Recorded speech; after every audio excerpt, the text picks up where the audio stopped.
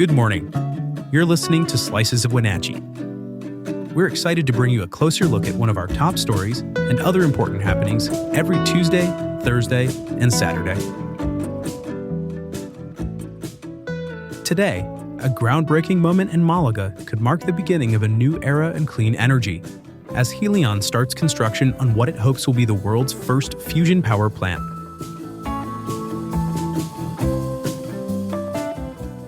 Before we continue, have you joined Neighbor yet? If not, download the app today and join local conversations about issues that matter. Neighbor is a site just for our local community focused on facts, not misinformation. Best of all, it's free for everyone.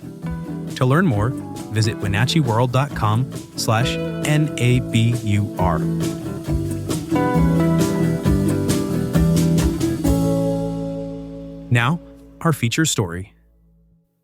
The Orion Power Plant, located on 80 acres along Nixon Rapids Lane in Malaga, is the latest leap forward in Helion's ambitious goal to harness nuclear fusion, not in theory, but in practice.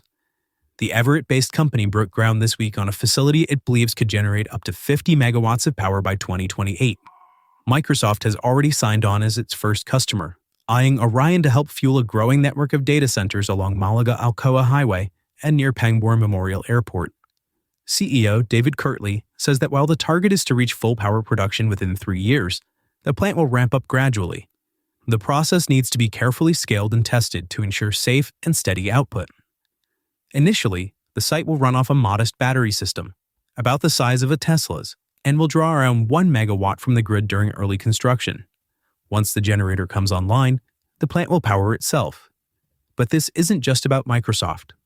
Kirtley emphasizes that Helion's long-term goal is to support entire communities, not just corporations. The company is investing in both infrastructure and workforce, tapping as many local contractors as possible, from electricians and concrete crews to plumbing specialists and site developers. At its peak, the project could employ up to 150 workers during construction and eventually maintain a round-the-clock operations team of 20 to 24 employees. The fusion generator itself will sit inside a 100,000 square foot building on site, part of a broader 145,000 square foot campus that includes office and assembly areas. Power will be delivered to the grid through a new substation currently under construction. Although the plant has a contract to deliver energy to Microsoft via power marketer Constellation, Chelan County PUD officials have made it clear that local ratepayers won't be affected. The fusion energy is on a separate track from the PUD's existing customer infrastructure. Financially, Helion has agreed to a lease with the PUD that starts at around $348,000 per year during development and increases to over $500,000 annually once operations begin, with adjustments for inflation and possible expansion. But perhaps the most groundbreaking piece isn't financial, it's regulatory. Helion recently received a mitigated determination of non-significance under Washington's Environmental Policy Review, signaling the plant's impact can be safely managed with appropriate mitigation. That's a first-of-its-kind ruling for a fusion facility, and one Kirtley says reflects growing public trust and interest in fusion as a viable, clean energy solution. As for safety, the fusion process produces minimal radioactive material, mostly tritium, which can be reused as fuel. 1 year's worth of tritium fits into a metal cylinder about the size of a thermos. Other byproducts include helium, protons, and neutrons, none of which require long-term waste storage. Kirtley sees that as a clear advantage over conventional nuclear power. For now, the team in Malaga is focused on laying the foundation for what could become a model for fusion-powered communities worldwide. As Kirtley put it, it's very exciting to be here proving that fusion can work, not just in a lab, but out in the real world, with local workers, local impact, and global potential.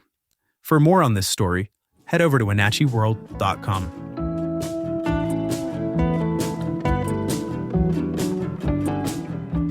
Are you passionate about the issues shaping North Central Washington? Then you won't want to miss the Wenatchee World Forum at Pybus. This monthly event brings together newsmakers and the community to dive into the topics that matter most. It's your chance to engage, ask questions, and be part of the conversation shaping our region's future. Have questions or need more info? Visit wenatcheeworld.com/forum.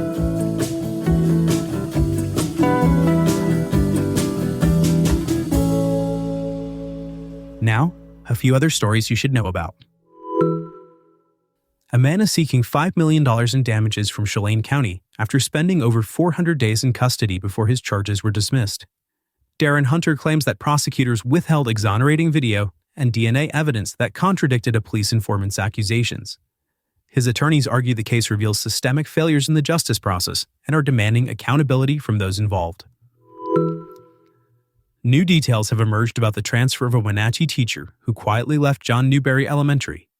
Records show Kyle Niviton was placed on leave after making threatening remarks about administrators, engaging in repeated political commentary in class, and creating what several colleagues called a, quote, distressing environment.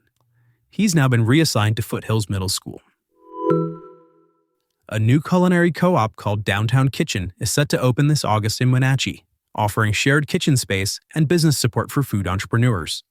Founded by Barb Andra Van Leith, a longtime figure in the local culinary scene, the space at 249 North Mission Street will host cooking classes, events, and serve as the new home for her catering business. Leith says her goal is to foster collaboration and opportunity within the region's food industry. After nearly a century, the Leavenworth Winter Sports Club has hired its first ever executive director. Murray Bartholomew, a global outdoor recreation consultant and longtime Leavenworth resident, steps into the role with a mission to expand access to human-powered sports and strengthen community ties. The club hopes his leadership will help elevate its offerings while preserving the inclusive spirit that defines outdoor life in the valley.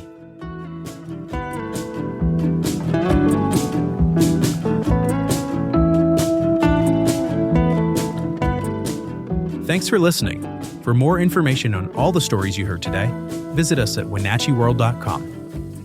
The Wenatchee World has been engaging, informing, and inspiring North Central Washington communities since 1905. We encourage you to subscribe today to keep your heart and mind connected to what matters most in North Central Washington. Thanks for starting your morning with us, and don't forget to subscribe to Slices of Wenatchee wherever you listen to podcasts.